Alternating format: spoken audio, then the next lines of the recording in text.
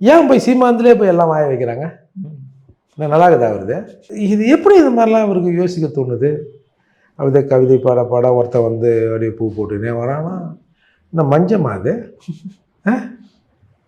என்னன்னு எனக்கு ஒன்றும் புரியல. அப்புறம் பல பேர் வந்தாங்க. அப்புறம் நிறைய பேர் கவிதைலாம் பாடினாங்க.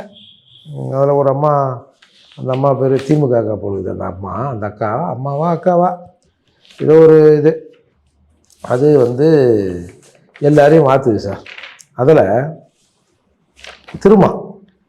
திருநிதி திருட்ட மாட்டார். ஏன் போய் சீமாந்திலே போய் எல்லாம் வாய வைக்கிறாங்க? நல்லா இருக்குதா வருது? ஒன்றும் புரியல எனக்கு.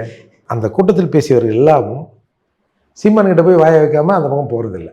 ஏன் அது அது அது இப்போ உங்களுடைய பிறந்தநாள் இல்லை, நீங்கள் இப்படி சொல்லுங்க, இது ஆகஸ்ட் 17 என்னுடைய பிறந்தநாள் இல்லை, சீமான் மீது ஏறுவது, அப்படி அறிவிச்சிருங்களேன் பேசாத. அப்போ நமக்கு ஒன்றும் இல்லை, சீமானை திட்ட போகிறாங்கப்பா, அதை ஏன் நம்ம பார்க்கணுன்னு இருப்போம். திருமாவளவன் பிறந்தநாளுங்கிற போது ஏதோ ஒரு 4 வார்த்தை அவர் புகழ்ந்துருந்து ஏதாவது அரிய வார்த்தைகளை சொல்கிறாங்களா நம்ம எவ்வளோ பார்த்தோம்னா, அவர் திரள்நிதி திட்டுறாரு, அவர் மாடு மேய்க்கிறாரு, அவர் பேண்ட்டு போட்டுக்கிறாரு. அவர் ஜட்டி என்ன தெரியுமா? சீமானுடைய ஜட்டி. சீமானுடைய ஜட்டி யாருக்கு தெரியும்?